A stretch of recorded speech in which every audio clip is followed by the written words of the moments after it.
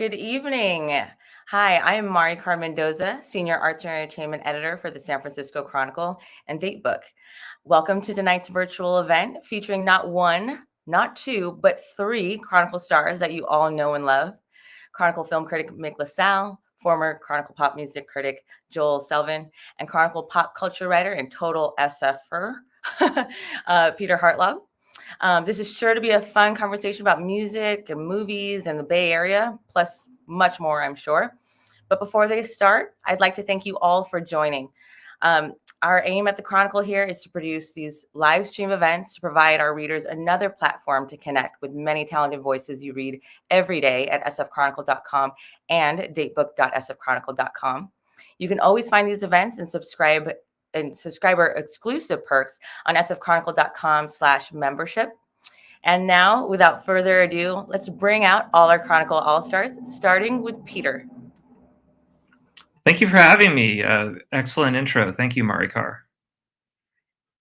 Yeah, this is fun. This seems so fun. I'm excited. Yeah. Oh, there they are. Here we are. Hey, everybody. I wish we could see them. I know. Maybe not. Well, much appreciated. Thank you, Marikar. That's fantastic. And I have such a soft spot for Datebook, and there's just three of my all-time favorites right here.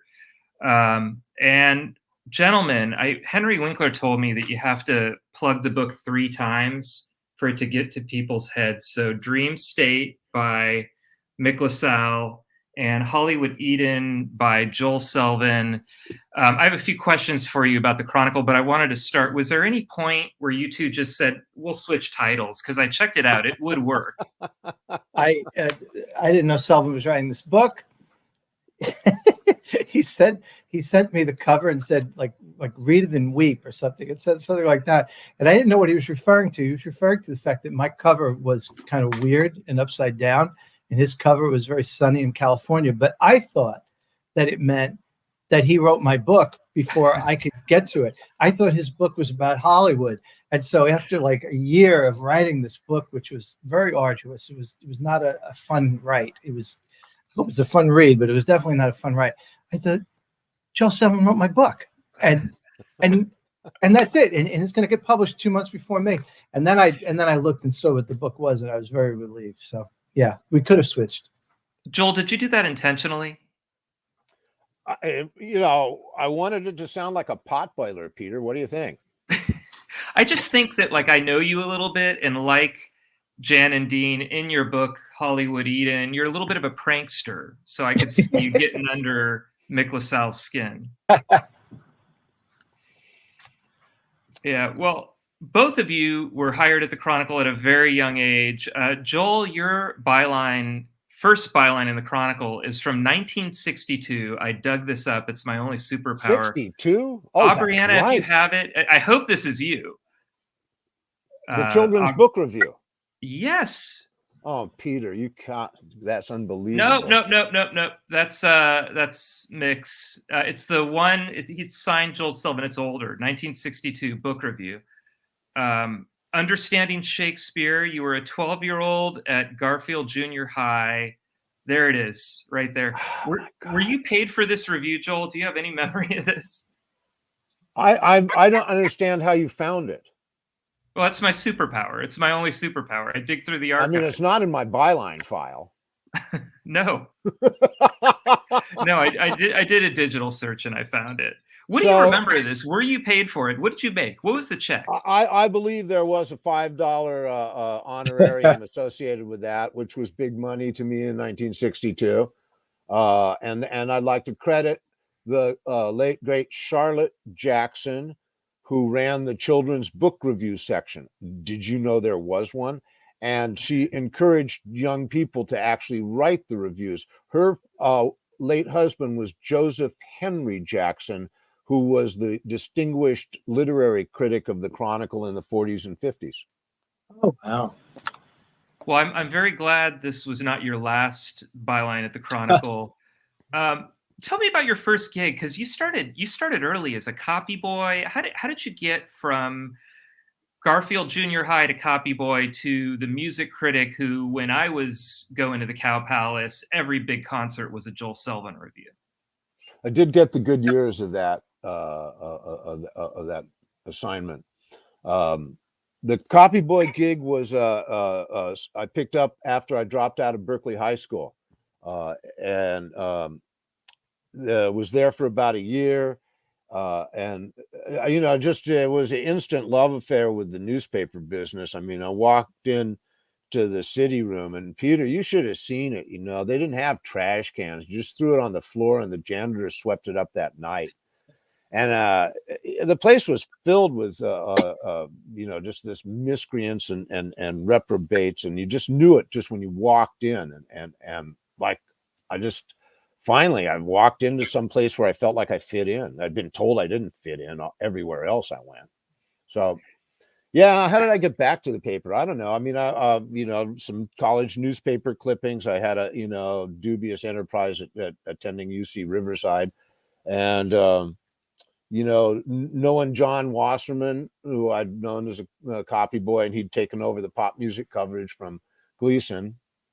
I sort of, I weaseled my way into the Pink section, and from there into, a part-time job at Datebook, and then a part-time job, and before long I was ruling the world. Yeah. Well, let's get that photo up of Joel in 1983, Brianna. Oh, this is your life, Joel. Oh, whoa! Oh man, that's Gary Fong took that photo. And Gary Fong. Oh, we have a couch photo for each of you actually in this presentation. Do you remember that? We're waiting for an interview at his hotel room. I can't remember exactly who, but yeah, that photo Fong. What a shooter that guy was. That's a lot of hair for only 33 for 33 years old. That's pretty good, actually. Yeah, you can see the starting to edge back there where the part is. Still, you're ahead of me. Well, if we could get the Mick LaSalle photo, which I took this, Aubrey, and I took this from that's from your Elton John piece. Yeah, that was my How old were you here, Mick? 17. Yeah, wow. Little young Mr. Testosterone. That was I remember that. I remember my father taking that picture. I did not have a mustache that good at 17. Well, in Dream State, you talk a little bit about buying your first Runaways record and your thoughts about California. What brought you to California? I mean, was it something you wanted to do, and was it the Chronicle job? What happened is that after a year of graduate school, going for my second master's, in other words, I didn't know what I was doing. My friend said that I should take the clips I had from the previous graduate school newspaper, where I was became sort of a big man on campus based on the stuff I was writing, and send it out. He said, you're professional. And the fact that his girlfriend agreed, and she didn't even like me, but she said, yeah, you're really good. I thought I should send it out. So I sent it up and down the East Coast, and then I sent it all my clips to North Carolina, all over North Carolina, because I wanted to live in North Carolina because I had gone to graduate school there. But then I ran into the friend's girlfriend, and she said, where'd you send it? And I told her, she said, you got to send it to San Francisco because they'll like you there. And she was from San Francisco. She said, no, you really fit right in there. So I said, all right. So I sent to San Francisco. It was the only place I sent my clips to outside the coast. And I got a letter from the executive editor. I wrote to the Chronicle, I'd like to write freelance for you. And I got a letter back from the executive editor saying, maybe you should come work here on the basis of 4 clips. Wow. Yeah, it was really crazy. And so, they didn't hire me right away, but they invited me out for interviews. And then I interviewed with every single one of the bosses. And the one that I really hit it off with was the guy, actually one of the people I dedicate the book to, which was Bob Graham, who's the entertainment editor. And it's just one of those things where you just get lucky where somebody in power likes you, it's just a lucky thing. We just hit it off, and they hired me. And so I moved out here, but I had no desire to move here. And for a long time, I tried to get out of it. I wanted to go back home. I wanted to go back. wanted to go back to the East Coast. I wanted to go back to North Carolina where my friends were from graduate school. And but then I started going out, met a girl, that kind of crap, met my wife, met the woman, became my wife, made a lot of friends, and then got to like it. And I'm happy, I'm happy the way things worked out, but it wasn't my intention. It was purely accidental. Well, I dug through old clips and as I'm wont to do, and just kind of trying to find some of your first bylines. And it reminded me, because we've had this talk, Mick, about how your job initially was very different than what it is now, or I see it that way. I found your very first byline. It was a essay about Betty Davis. No, Greta Garbo. Greta Garbo, I'm sorry. And then I think we have that if you have it, Aubriana. And then the second one was about Madonna. Oh, my second one was about Madonna, really? Yeah. That I didn't know. Wow, that's amazing. Well, this is a freelance piece in a sense. What happened is that I got interviewed by everybody, and then I went home, and I thought that it went well, but you never know. But I was extremely confident because, first of all, I was only 26, and also because I didn't care if I got the job or not, because I was happy where I was, And so then they said, okay, come here to work on September. And they said, pick your date. I said, okay, September 23rd, Monday, September 23rd.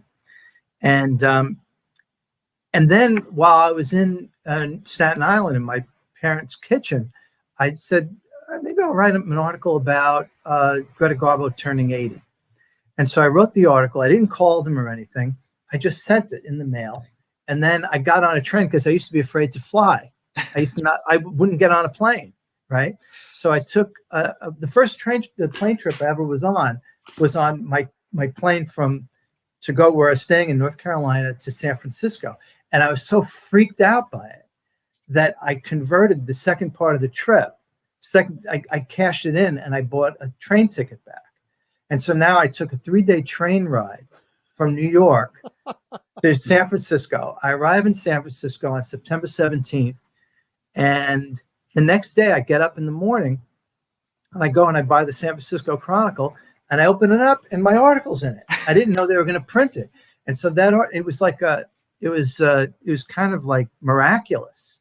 And I think I made like I think the freelance rate was $175 then. So they paid me a little more than Joel on his. Yeah, I got it while I was older, but I got that, and then I started work 5 days later, and it was very, very hard, very hard. It was the Chronicle was the first real job I ever had. Every other job I had, was like summer thing, and who cares.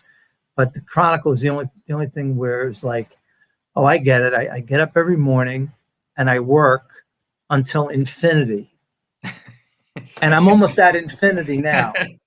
But yeah, and it was such a bad feeling to have to work.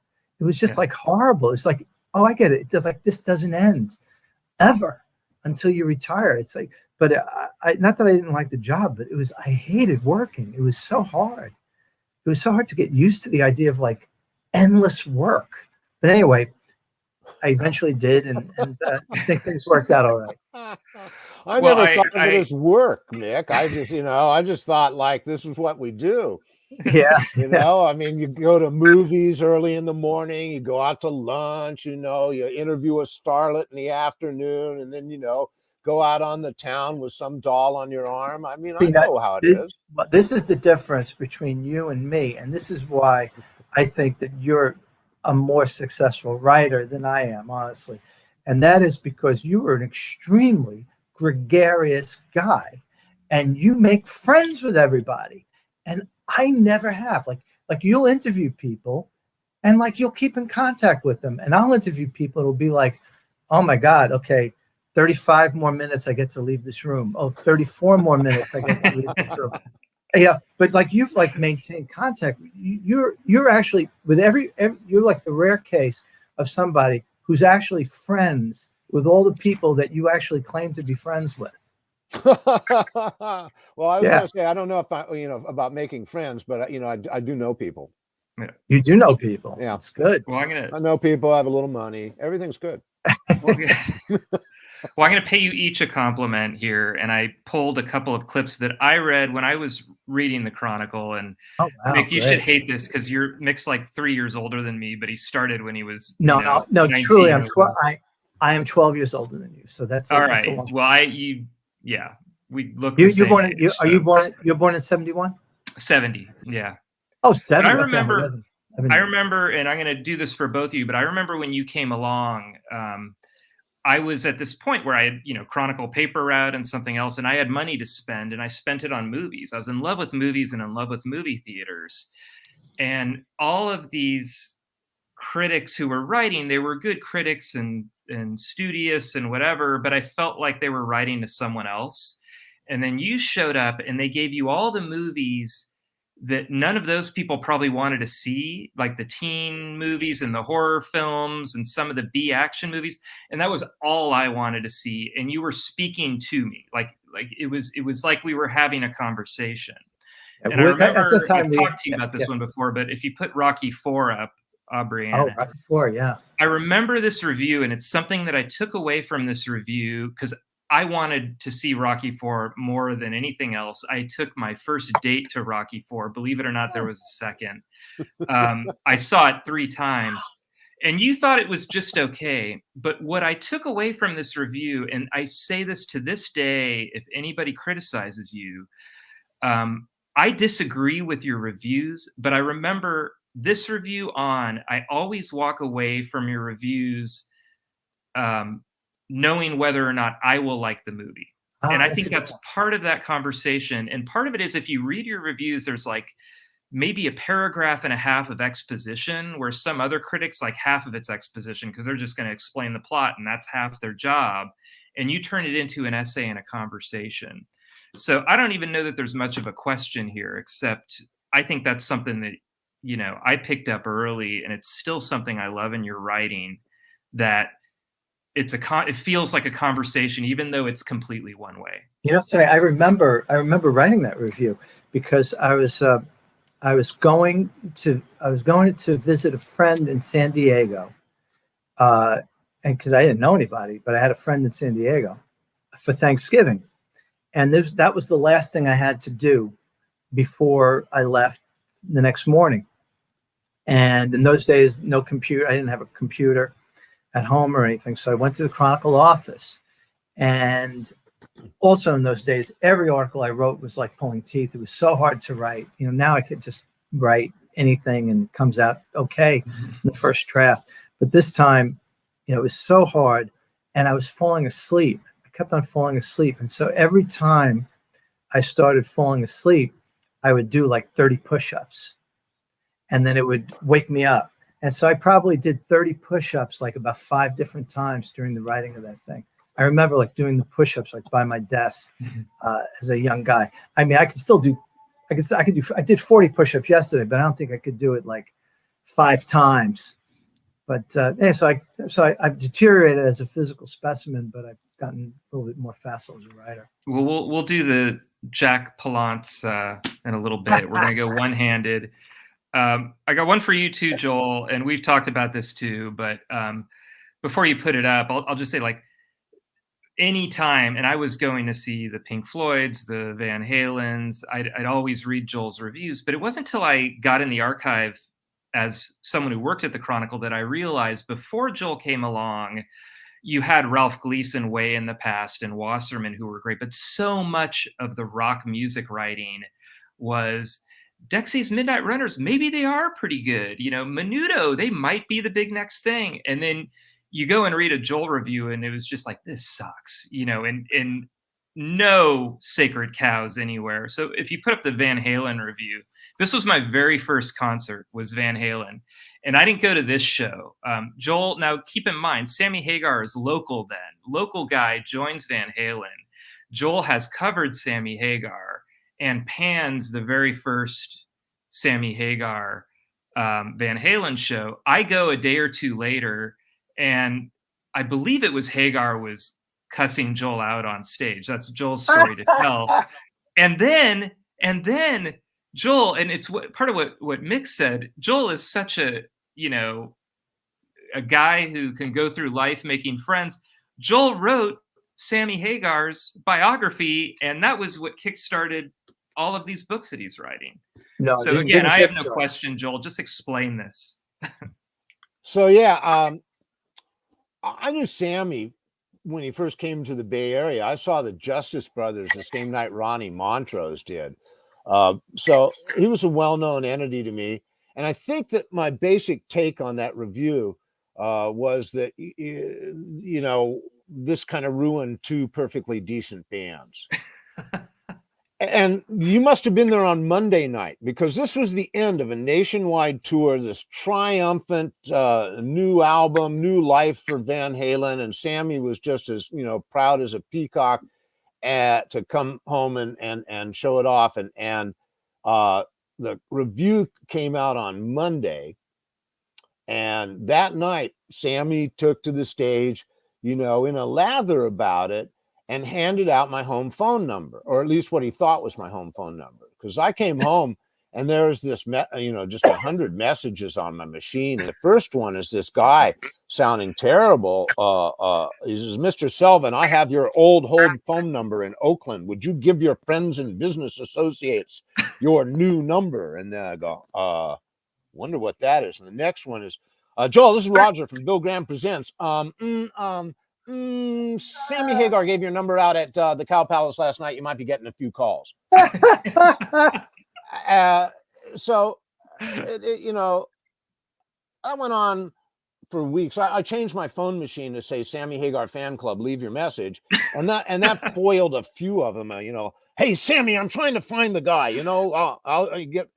But the next time I see Sammy is at the Bay Area Music Archives, the Bay Area Music Awards, which is this, you know, annual BS event. Everybody's dressed up, and they have this VIP suite, which was called the Hospitality Suite, known to one and all as the Hostility Suite, because they let anybody in there. So the place is elbow to ass, you know, and you can't make your way through it. And Sammy spies me in there, and he starts yelling at me, "Hey, Joel! Hey, Joel!" I'm trying to get out. Excuse me. You know, no telling what Sammy will do. You know, "Let me out of here. Hey, excuse me. Hey, Joel, I need your new home phone number."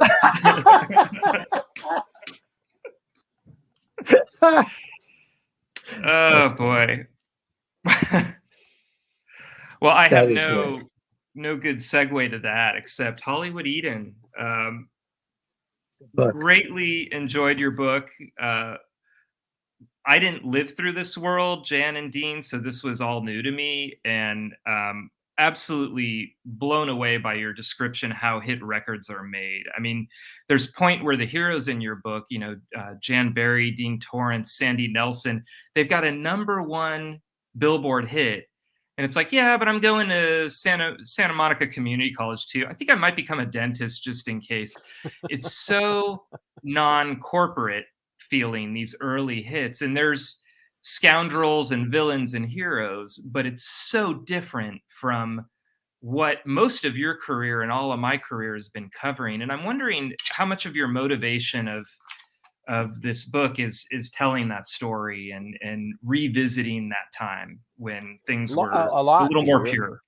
I really wanted to go back and be in that Hollywood, that Los Angeles, that, you know, when Sunset Boulevard and Sepulveda was a 4-way stop sign and there was no 405 freeway, like when, you know, the Hollywood that those guys grew up in and lived in was something that was real. It was genuine. It existed, and then it didn't anymore. And this is sort of like goes to the heart of what both Mick's and my book's about. It's like, you know, what is this California thing? You know, is it something that was made up, but or is it something that was elaborated on? Was it ever real? And what is it? So, and one of the important things I think in regards to that discussion about my book is that those people are all California natives. And I think there's a substantial difference between California natives and people like Mick who come here. Some of the very best Californians come here. and they come here because they are attracted to what they think California is, and then they add that to it. Whereas what these people that grew up in was some of the most privileged place and time in history, these teenagers of University High, 1958, they come by this as a birthright. They are it. Well, I'll let you jump in, Mick, but I've got, by the way, I love the cover. Do you like, I've got a favorite passage here that I think speaks to that. I've got several favorite passages. My wife maybe asked the publisher if it was upside down, and no, I like it. I like it. But this is after you're talking about George Clooney and Michael Clayton, and the audience gasping. If they were to look in the mirror while they're looking at George Clooney, that they would gasp in shock that they're not. But they're not George Clooney. Yeah, exactly. And you're right. So movie stars are more like us. They practically are us, and thus it takes no leap at all to assume that we have every right to movie stardom too. All that's required is that we have the courage to go to California while we're young and self-deluded enough to believe we're special. If we can do that, we have chance of becoming special, not only for real, but forever. Mm-hmm. And I think that kind of speaks to what Joel was saying too. I mean, there's this pure illusion, but then people come here and create something. Yeah. I think we have here is the contrast between Joel's solid reporting and my ability to just say anything. That's an excellent passage. Yeah. I think that, I think I think there is a parallel between that. The California dream is different from the New York dream. The New York dream is you practice a lot, you play Carnegie Hall. The California dream is the equivalent of the gold rush, which is you make your way out here and then you hope you get really lucky. And the thing that gets rewarded is courage. It's not necessarily ability, but it's courage. It's like, okay, I'm going to live without friends. I'm going to live without money. I'm going to live without this. I'm going to live without that. But eventually I get to be me. I get to be celebrated and live the life that I want. I think that's really true. The close-up thing is really weird because with close-ups in movies is that, it is always a shock. We look at movie stars in the way that we look at nobody else but ourselves in the mirror, with that strange combination of criticism and unconditional love. I want to ask you, you mentioned that people almost like they feel this entitlement to be a star in the book. And did you ever feel that way? Did you ever want to be a movie star or in the movies, or was writing and criticism pretty early on what you wanted? No, writing and criticism, never was. Never, ever, ever. I always thought of myself as an artist, and I've always been absolutely shocked that every single book that I've written, nobody's wanted. I mean, it's like I've written, as far as I'm concerned, I've written 15 books. I've published 4. You know what I mean? It's like, no, I never thought of myself. I've always thought of myself as like, I've never thought of myself as a journalist. I like newspapers. I like writing for newspaper. It's been a pleasant living, but I've never thought of myself as anything other than a writer. And I honestly, I always thought of myself as like a really good writer, like really good. And I've spent my life having people tell me, no, you're not as good as you think you are. It's been rough. So I thought of myself as a star, but not as a star of movies. I thought of myself as like a literary star. This is the truth. I mean, you're asking the question. I'm giving the honest truth. Well, I'd read an entire at my lack of success. Yeah. I'd read an entire book just about Wizard of Oz. Yeah. Your Toto. I'm never gonna. Gorgeous. And I'm never gonna feel the same watching it, because at the end I'm just gonna be like, Toto's gonna die 5 minutes from now. Mick LaSalle told me. What's weird is that nobody's ever noticed it. I mean, I'm going to notice it every time. How is this movie? I laughed How and is this? read that passage to my wife. But I ask you this: how is this movie released? I'm doing the Italian thing. How is this movie released in 1939, and it takes a critic in a book published in 2021 to observe that Toto is still in trouble at the end of the book? Yeah, I mean, Toto's- at the end of the movie, at the beginning of the movie, the whole thing is about this lady's trying to kill Toto. She wakes up and she says, "I'm never going to leave home," and it's like everybody's forgotten about Toto.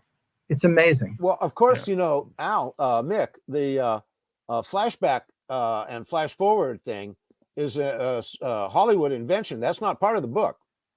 That's right. Yeah, that's right. So that's some script writing. Yeah, That is script writing.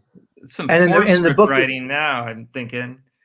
Yeah, and it's all real. It's all real. That's why they were able to. Frank Baum wrote all these sequels because Oz was not a dream. Oz was real. Yeah. Well, excellent. I greatly enjoyed it. Dream State. That's 4, I think, now for each of you. I gotta buy the book. That's why we're here. I would very much. Joel, Can I say what I think? Why people should buy Joel's book? Yeah. Okay. The things that are good about Joel's book, I don't even know if Joel knows, because it is so imbued with an absolute knowledge of the kinds of people who make the art. And it balances a real respect and to some degree, not quite reverence, but close to reverence for the art that is made, with an absolute, complete, to the bone, not cynicism, but genuine understanding of the kind of goofballs who wind up making this art. and it's like really, really understood. And it's like, and so that, and it permeates the whole thing. So as you're reading it, it's like you really, you just understand the world.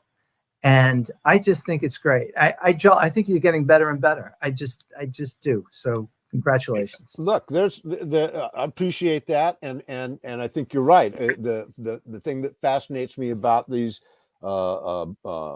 narratives is the characters that inhabit them, because they wouldn't be anywhere else, and in a lot of ways they seem like to me characters out of Elmore Leonard or Carl Hyacin, you know. But back at you, there's a lot to really love about Dream State. And it to me, it's a supreme accomplishment for you as a writer, because it's like a jazz piece, Mick. You just riffing, and in some of it's so fresh that you can see the ideas forming as you write the sentences. Yeah, it's true.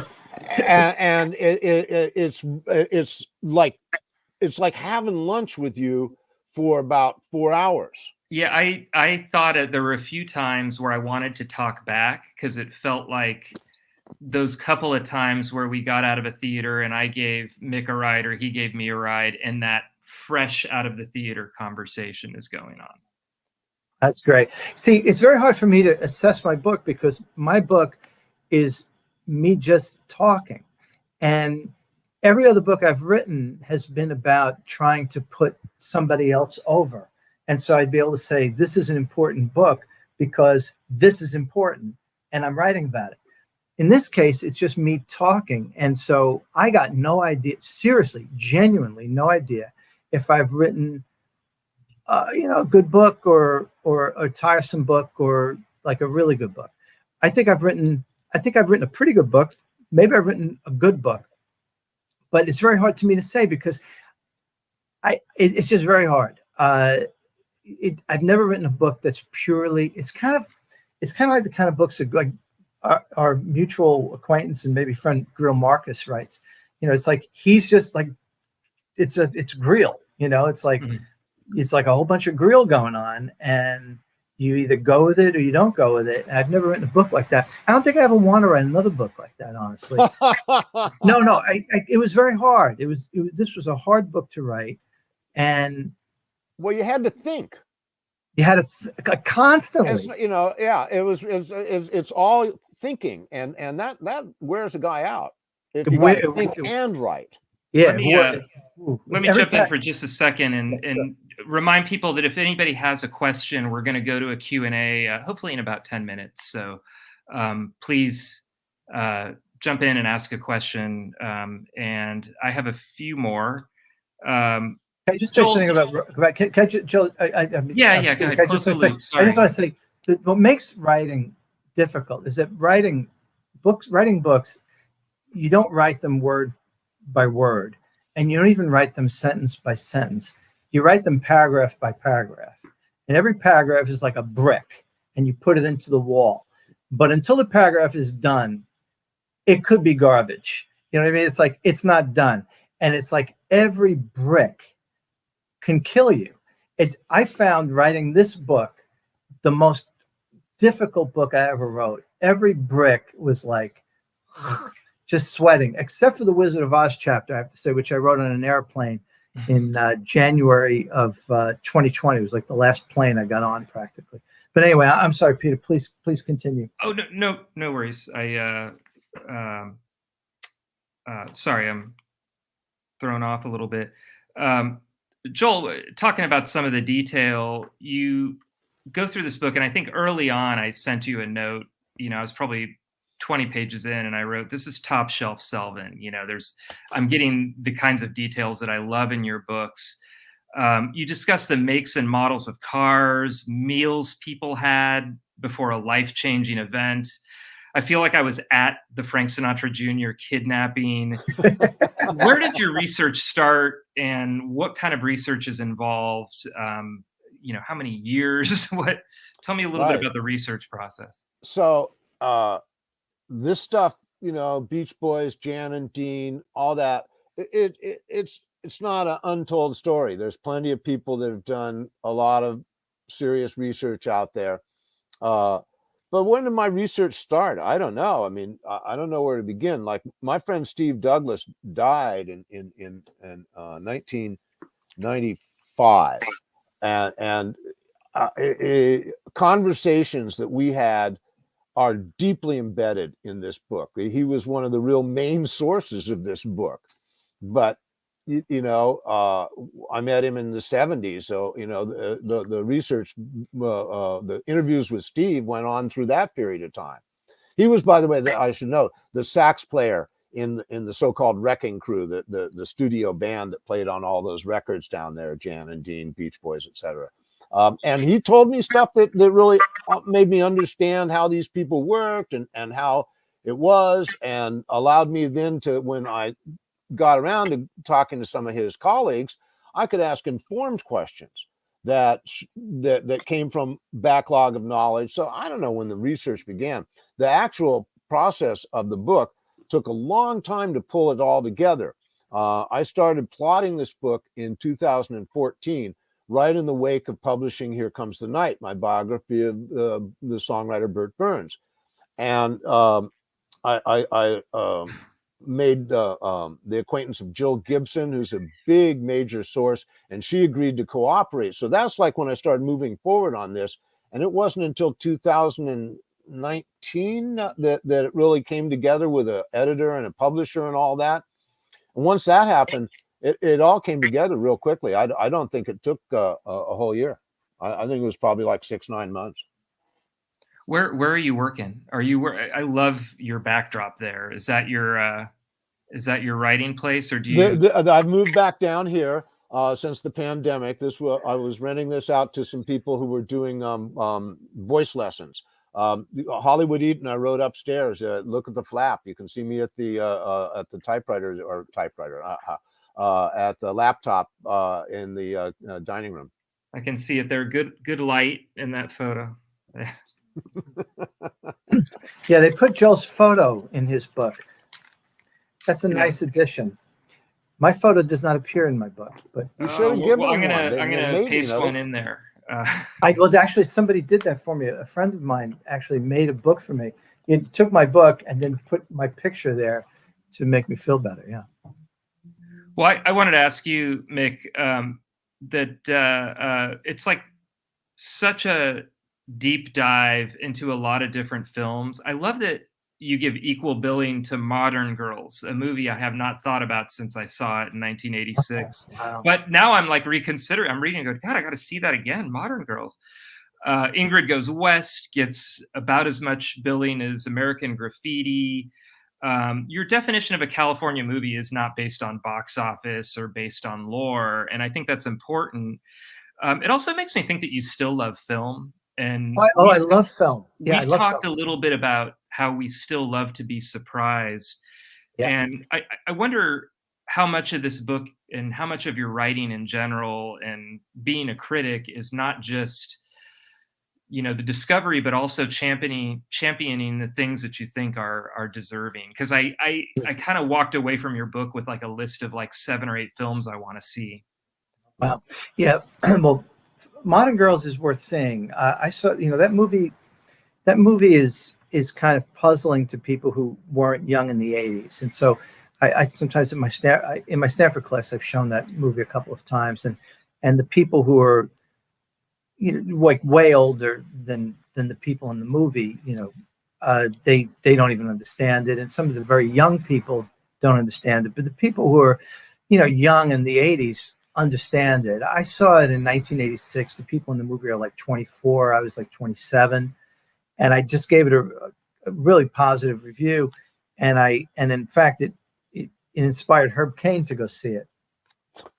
And then Herb sent me a note saying, "You owe me $5." And so, yeah, because he didn't like it. But Herb was like 80 years old. You know, it's like, yeah, of course you're not going to like it. Well, actually, he wasn't 80 then. Yeah, Herb was like Cain, 70. though, he liked The Road Warrior. I found a clip not too long ago. So Really?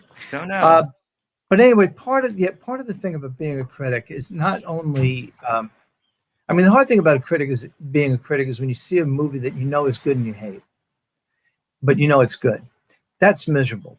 But what's really good is when you see a movie that you love, but you understand that other people are going to watch it wrong, and they're not going to like it. And you know, if you just take their head and grab it and go like this, they'll like it. But you have to just show them, and that's always a pleasure. It's always fun to do. I mean, one of the things that's hard for me now is I absolutely hate these superhero movies. I mean, I just hate them. I hate. I love them all. You love them all? No, Do you I don't really? love them all, but I like 80% of them. Peter's got the heart of a 14-year-old boy. It's nice. He It's a keeps nice it in a trait. jar on his desk. Totally. It's a nice trait. Actually, I even hate the one I like. But I saw one the other day. I saw Eternals, and it was just so bad. And that kind of gets me down. But everything else, I still like, and I also enjoy writing about it. To me, the critics that don't like become old cranks are the ones who are really mostly about their own writing as opposed to the art form anyway. And I've always, you know what I mean? Because at a certain point you're over 50 or something, you've been doing this for 20 years, and you start saying, how come nobody's listening to me? I keep on telling everybody what's great or what's right. And the art form keeps on going, and, you know, wherever it wants to go. But if it's all about writing, then you just say, oh, well, look at this. These people continue to spend $100 million as mere pretexts for my invention. You know what I mean? It's like they're going to spend all this money so I can write about something. And to me, it's all about the writing. It's not about watching movies. Although every so often, you know, maybe 12 times a year, I see something that's like, oh my God, that's wonderful. And then it's exciting to write about it in that way. Yeah. Well, I wanted to ask you both about the myth of California, because that's a subject of both of your books. And if you could both one at a time or talk with each other about what you thought about the myth of California as it relates to movies and music was going into your writing your book, and what you kind of learned as you wrote the book. Well, so we started to touch upon that earlier. And when I suggested that University High 1958, there was something that was real that has then been transmogrified into this myth of California. The kids who took their Woodies to the beach after school, and the Gidget movies are so important in terms of establishing this idea of California in the worldwide mind. Actually, I mean, people in England sat around and watched those movies and said, "Man, life must be like that." I also think Disneyland was really important in establishing that California identity, because 1955, California was so remote. It was isolated from the rest of the country. It was way over on the West Coast. It took 3 days to take the train. Jet travel hadn't happened yet. And there really wasn't anything important going on in California anyway. They grew a lot of oranges and avocados. So outside of the movies. And so this sense of this California myth, I mean, Disneyland couldn't have been anywhere else, and it was widely promoted on that TV show every Sunday night, the Walt Disney Presents or whatever they called it. And that was always one of the top 10 TV shows of the week. And then here's Disneyland, and it was just established this place of California as this frontier beyond all the everyday tourists and heaviness of East Coast life. I mean, Al's from Staten Island. I mean, Staten Island is like the anti-California, isn't it? Staten Island is God's practical joke. It takes a perfectly nice piece of land and just puts all the stupidest people in the country in one spot. You know, it's a rough place. It's like Sicily, actually, and there's probably reasons for the similarity. But anyway, yeah, I mean, California, for me, I guess I started thinking about California, even though it wasn't enough to quite get me there. When I remember, you know, which I write about in the book, in January of 1977, the Runaways' second album was coming out, and I waited outside for it for about 90 minutes because I knew there'd only be like one copy, and I got it, and I brought it home, and I got to hear Cherie Currie, who was my age, which is kind of, you know, she was like really my age, like the same year, singing about California Paradise and how California summer never ends. And it just seemed like a place of like youth and sex, and you have money in your pocket and you never get old. Don't forget the cars. Cars, yeah, cars for sure, absolutely.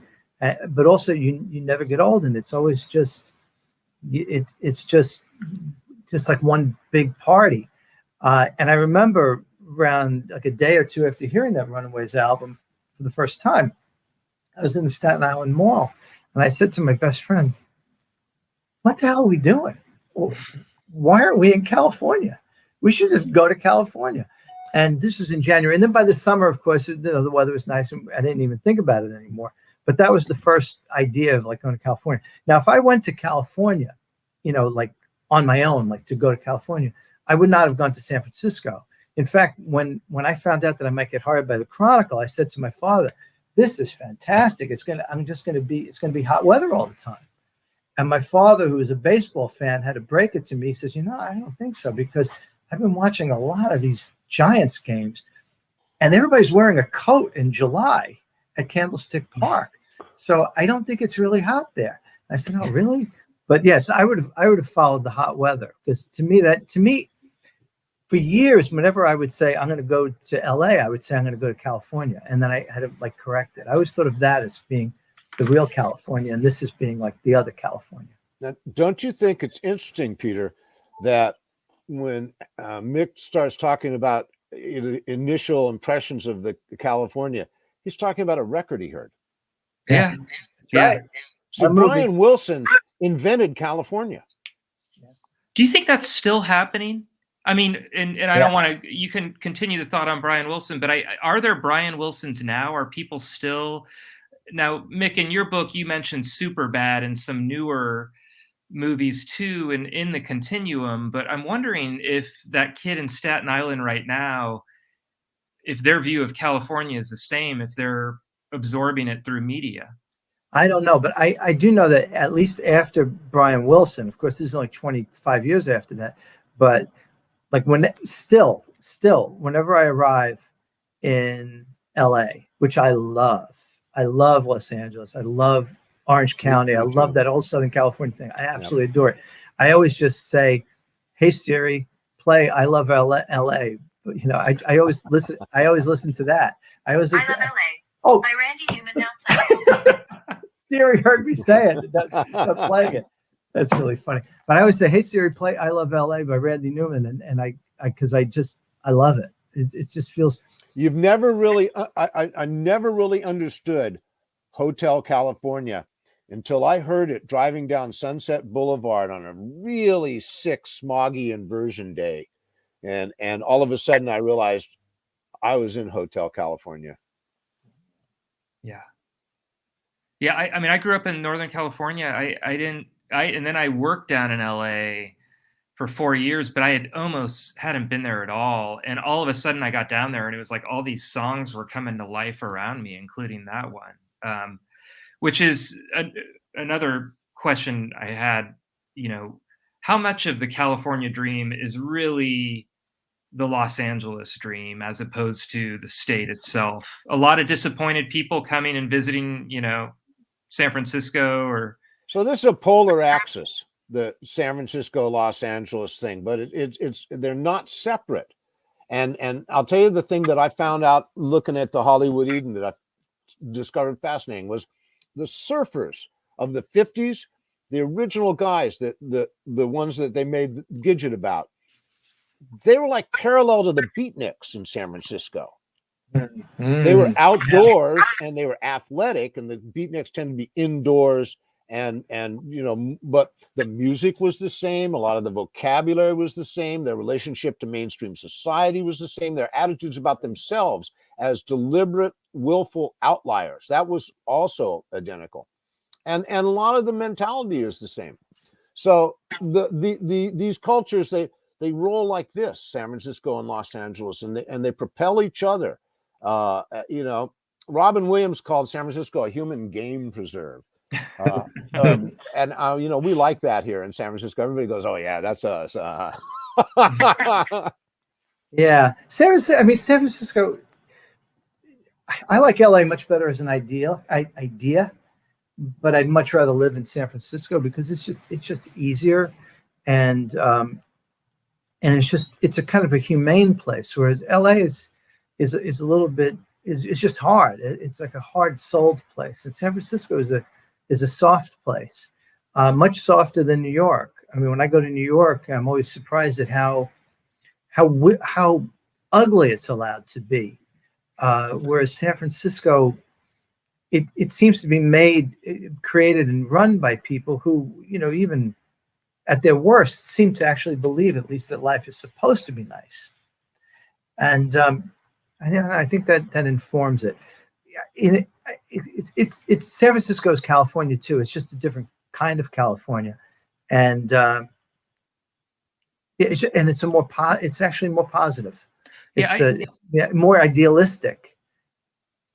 I lived in LA for 4 years and I never unpacked my boxes because I knew that I was going to come back. And Joel, I mean, reading your book, I felt affirmed, even though those events were happening 30 some odd years before I was there, because it can be a cold place. I mean, it just seems like a really cold place at times, and that's a surprise to people. And I think you both touched on that in your books, that, you know, it's almost like, I don't know if a trap is a word, but that's what it feels like a little bit, because that instant fame that you wrote a lot about, Mick, is what people feel they're entitled to. And then if they don't get it, that's a hard fall.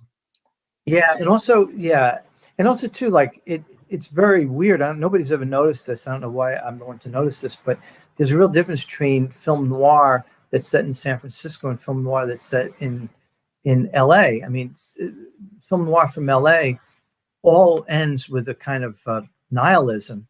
It's like, just, you know, and film noir in San Francisco is really tough, but it really usually ends with some kind of restoration of at least some kind of sensible conclusion, some kind of sensible life, like the good people survive. In LA, the bad people might survive. Well, the bad people are usually dead, but the good people are dead with them. It's just really nihilism. It's like this complete vision of nihilism. You feel that way too, Joel? It's an interesting supposition. I'm going to have to mull that over. You know, it's Sam Spade versus Philip Marlowe, isn't it? What you're talking about, essentially. Sam Spade. You see, Sam Spade is San Francisco. San Francisco, yeah. Oh, Philip Marlowe's on, yeah, maybe. So that's interesting. The relationship between Los Angeles and San Francisco has always been kind of symbiotic, and even when the movie industry was beginning, you know, San Francisco was this axis area that they circulated in and out of, and that's another thing, by the way, that I love about Mick's book is he sees the whole history of movies in California, not just the stuff he covered or that, you know, is in the current catalog. I mean, you go back to the silent picture days and talking about things, don't you? Yeah. Well, those things were very important. I mean, you realize that the whole concept of movie star, of star, was invented in California. That before that, theatrical presentations were not attracted. They didn't attract audiences by who played in them, right? That was Jesse Lasky, the famous players studio, famous players in famous stories, and Mary Pickford emerged out of that, and she was the first movie star, and that was like a complete turnaround in all, you know, thousands of years of theatrical history. Now people went to the theater to see the performer. And the star became the commodity, not the story. Welcome to Hollywood. Yeah, it was true in opera, things like that, but it wasn't true in movies at all. And then it became true, and that was new. And also in the studios, the people who ran the studios were afraid of that possibility because they knew they would have to pay them more, but they didn't realize that they'd make more too from them. You know, so. Let's not go though. Let's talk to some of the people. I see we're at 6:27. I don't want to leave without talking to some people. Is that okay with you, Peter? Let's talk to the people. I think I overran it. Aubriana, do we have questions?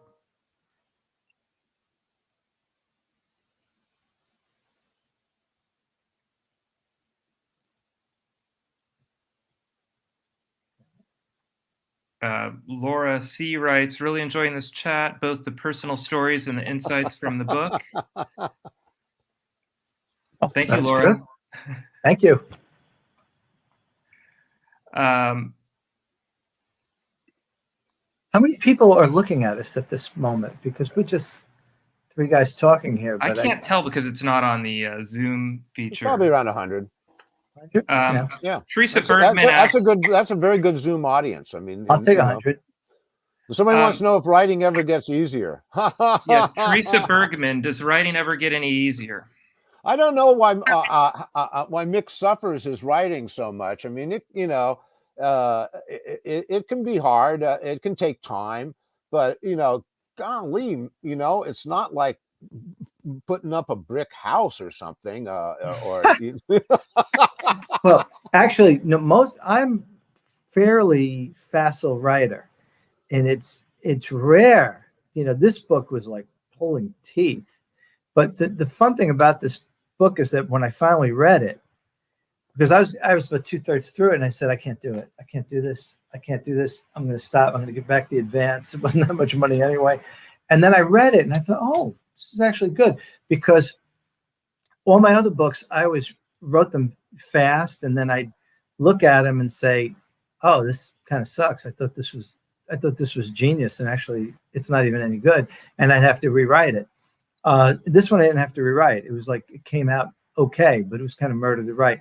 Yeah, this was hard. I think writing, first of all, in general, gets easier the more you do it, but also it becomes easy when you know exactly what you want to say. If you know exactly what you want to say, then it informs everything. It informs how you even say it. So, but when you just don't know, like with this book, every time I started the chapter, I was basically, stepping into the tundra. I had no idea where it was going. I didn't know. I had like some vague idea, but that was it. And when I'd come to the end and thought, oh, this is okay, I would still have no confidence that when I started the next chapter, it would be any good. See, my situation is entirely different, because I knew before I typed word one where it started, and I knew where it ended. And I just had to navigate the channels from one place to the other. Yeah, that's great. That's great. Well, we've got several more questions, so I want to make sure we get through all of them. Aubriana, did you want me to read them, or?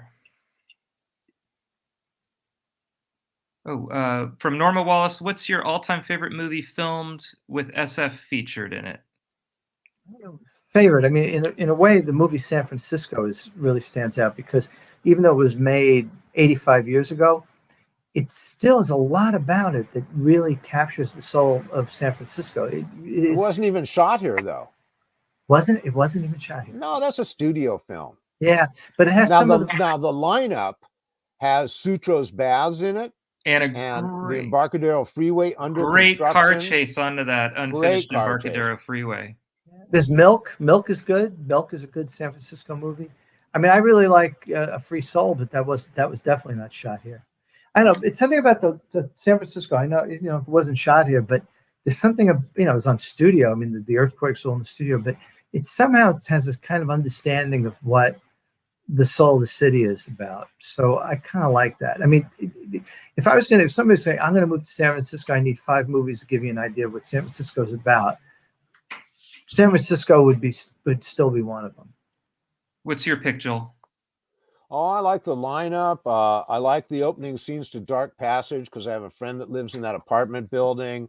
All the Hitchcock stuff, Hitchcock outside that pet shop on Union Square in The Birds. Hitchcock kept his wine collection here in the basement of Ernie's restaurant over on Montgomery Street. Wow. So he liked San Francisco enough to keep his wine here. Well, Star Trek 4 has not been mentioned, so let's just get that in. Invasion of the Body Snatchers, the Philip Kaufman one, is, I think, the most underrated one. It uses San Francisco so well, and it's so scary, and it ages well, and fantastic. What about The Rock? Yeah, that's not bad. I love The Rock. They're threatening to blow up Candlestick Park. How can you not show love The it? Rock at the Balboa. That and San Andreas get the most cheers. I think we got a couple more. That's a good one. Aubriana, if you want to put one more in.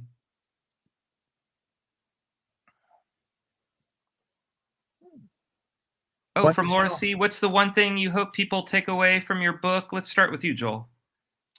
Well, Hollywood Eden is an exercise in storytelling, and there's a lot that you could take away from it. But really, what I wanted it to be was a kind of episodic soap opera where you met these characters in Act 1, and you follow them through Act 2, and then watch them wash up in the shore in Act 3, and that was what I wanted to do as a writer.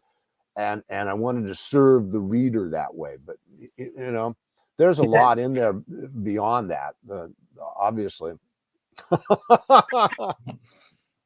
I don't know that we're responsible for takeaways. Are we, Mick? I don't know. It's a funny thing to think about. I guess what I want people to take away from this book is a kind of understanding and appreciation of California in the movies, so that when you see other movies from California, it suddenly contextualizes everything, and you just sort of get a feeling of continuity. Is it what's the word? Continuity. Forgot how to pronounce the word, but kind of a continuity and a context, so that the whole thing just becomes clear, and it's not just all one movie and then another movie and then another movie, but just kind of crystallizes into a general understanding of what you're watching. I think that would be it. And then plus I want you to enjoy it. Of course, I want you to just enjoy, and I want you to enjoy it as much as I found it difficult to write. Very good. Dream State, California, the movies by Mick LaSalle. I think we're going to get one more question. And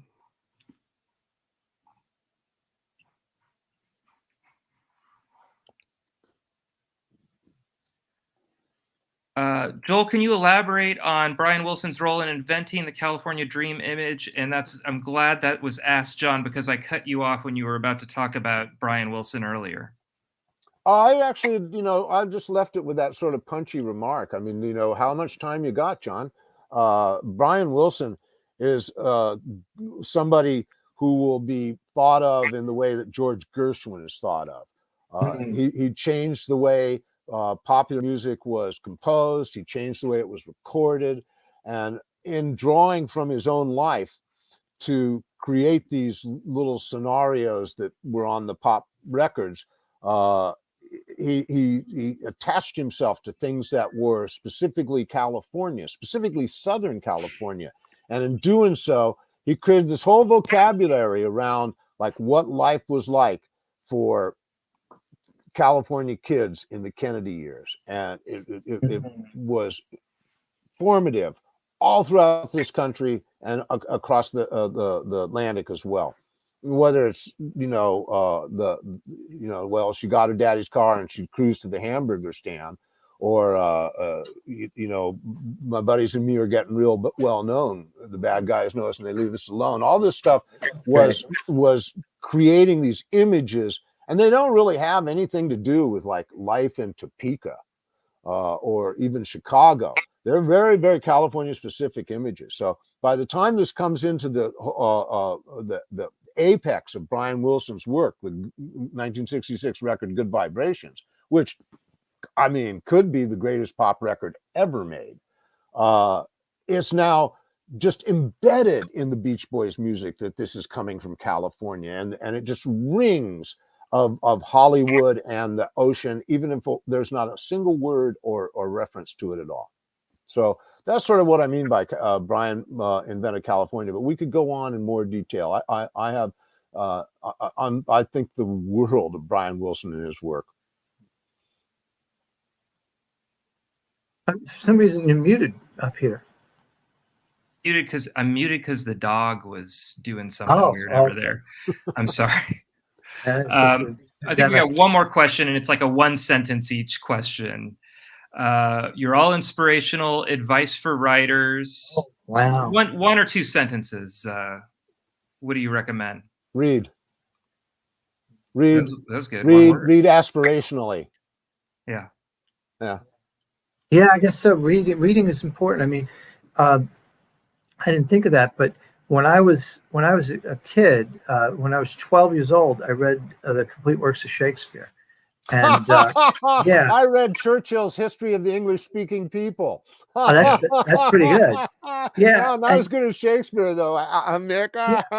Yeah, there's something about that. I feel that those rhythms, especially when you're very young, those rhythms kind of get into your head, and they're very useful. Also, too, when you're very young, you have an ability to read that you don't necessarily have as you get older, because there's a tendency to fall asleep pretty easily as you get older if you start reading anything difficult, especially if you're in a kind of a horizontal position. But as far as writing is concerned, I would say just, write about things that you love. And you might accidentally here and there find yourself writing about something that you don't love, but as an ideal and a thing to aim towards, you'll be better off for it. I mean, because at least you'll know, you'll have some urgency behind it, and you'll know what you're talking about. So I think that'll help. Well, I thank you both. I thank our audience. I know there's a lot of Chronicle readers, and I went really heavy in the beginning with Chronicle stuff, and I apologize to those of you who came here for the California myth or for California stuff, but I just think the world of these guys, and they've been generous to me and given me advice, and I consider you two like mentors. So I dove into some of the Chronicle stuff, and then I loved all the California stuff. I love your book. And aren't we like bald trailblazers for you, showing you like examples of successful masculinity despite lack of hair? Well, it's. But you see, Peter's going for the Mr. Clean approach. You know, he's yeah, no, that's a good look. That's a good look. That's a good look. You are my writing mentors. You're my baldness mentors. Hollywood Eden and Dream State are the books. I want to thank Aubriana Merrick Sinclair and Maricar Mendoza. Thank you so much. Thank you to everyone who jumped in. I loved how we got to the questions and then people just started diving in and being real positive. Thank you again for joining us tonight. And thank you to all the subscribers once again. The work done across our newsroom wouldn't be possible without your continued support. So I hope everybody got a little bit of something out of this. And thank you, Joel and Mick. Thank you, Peter. And if anybody hasn't had enough of my book, I'm going to do another event at 7 o'clock for Santa Clara Library. So just look that up on their website, and you can click on there and do that. I don't think we'll have that many tickets, but I just want to let people know. Just you're hot. You're happening. Yeah. Awesome. Yeah. Love it. Thank you both. Love your books. Thank you, guys. Thank you. Thank you so much. Appreciate it. All right. We'll talk soon. Fun.